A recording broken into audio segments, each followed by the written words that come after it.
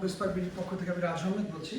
আজকে আমার পিছনে একটা খুবই এক্সক্লুসিভ একটি গাড়ি এবং খুবই কমন একটি গাড়ি, এক্সজিও 2022 এর একটি গাড়ি। এই গাড়িটি, এটার অপশন রেট হচ্ছে 4.5, এটা চলেছে হচ্ছে 9000 kilometre one day.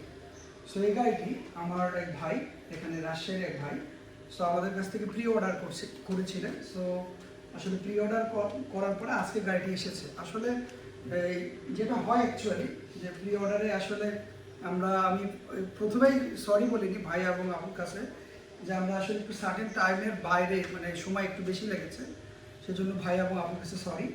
But I hope যে গাড়িটি ভাইয়া এবং আপুর দেখে ভালো লেগেছে, বিকজ অফ দ্য কনফিগারেশনটা খুবই ভালো। আমরা সবাই জানি যে 9000 কিলোমিটার মানে খুবই কম, ব্র্যান্ড নিউ গাড়ি। সো যাই হোক, ভাইয়ার কাছ থেকে শুনবো অটোস্পার্ক থেকে গাড়ি নিয়ে। ভাইয়া যদি একটু কিছু বলতেন, যে আপনার তো সুযোগ ছিল অনেক। ধন্যবাদ রাজু ভাইকে, ধন্যবাদ।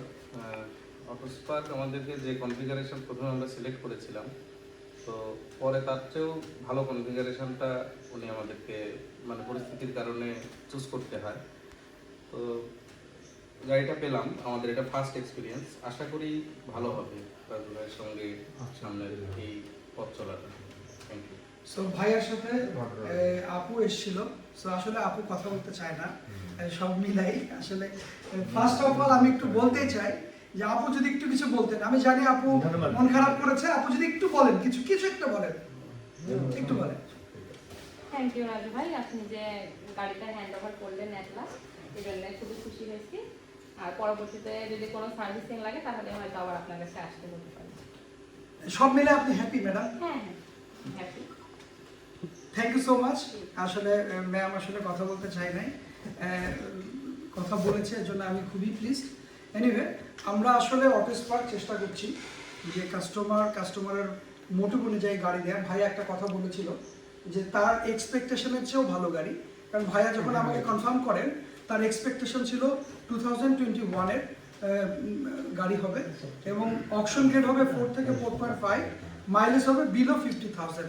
সো আমি ডেফিনেটলি বলবো ভাইয়ের এক্সপেকটেশনের চেয়েও উনি কম মাইলেজে গাড়িটা পেয়েছেন, কারণ আমাদের অপশন করা ছিল বেশ কিছু গাড়ি। সো ভাইয়ার এক্সপেকটেশনের মতো গাড়ি ছিল বেশ কিছু, বাট আমি ভাইয়াকে সাজেস্ট করি যে আমাদের এখানে আরও কিছু কম মাইলেজ চলে একটা গাড়ি আছে, ভাইয়ার যদি পছন্দ হয় আমরা দিতে পারবো। সো আসলে কি সব কিছু মিলাই আসলে ভাইয়া এবং আপুকে আমার গাড়িটা ডেলিভারি দিতে একটু দেরি হয়েছে। আসলে এটার জন্য আমি প্রথমেও সরি বলেছি, এখনও বলছি। আসলে প্রি অর্ডারগুলো এরকমই হয়, আসলে শিপমেন্ট অনেক সময় ডিলে হয়, অনেক সময় দেখা যাচ্ছে বিভিন্ন জায়গায় গাড়ি লোড হয় এবং মানে নামে, সব মিলাই একটু দেরি হয়। সো এনিওয়ে, যারা আসলে প্রি অর্ডার করতে চান, যাদের হাতে সময় আছে, তারা প্রি অর্ডার করতে পারেন।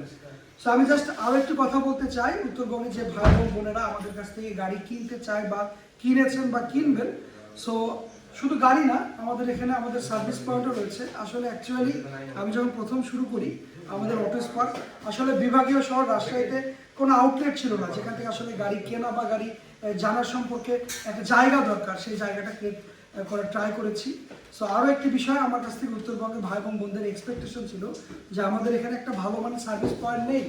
সো আমি চেষ্টা করেছি অটোস্পার্ক সার্ভিস পয়েন্ট করার, যেখান থেকে যে কোনো ধরনের, ইউরোপ থেকে টয়োটা, যে কোনো ধরনের গাড়ি অ্যাটলিস্ট সার্ভিস দিতে পারবেন, যে কোনো ধরনের A to Z সলিউশন।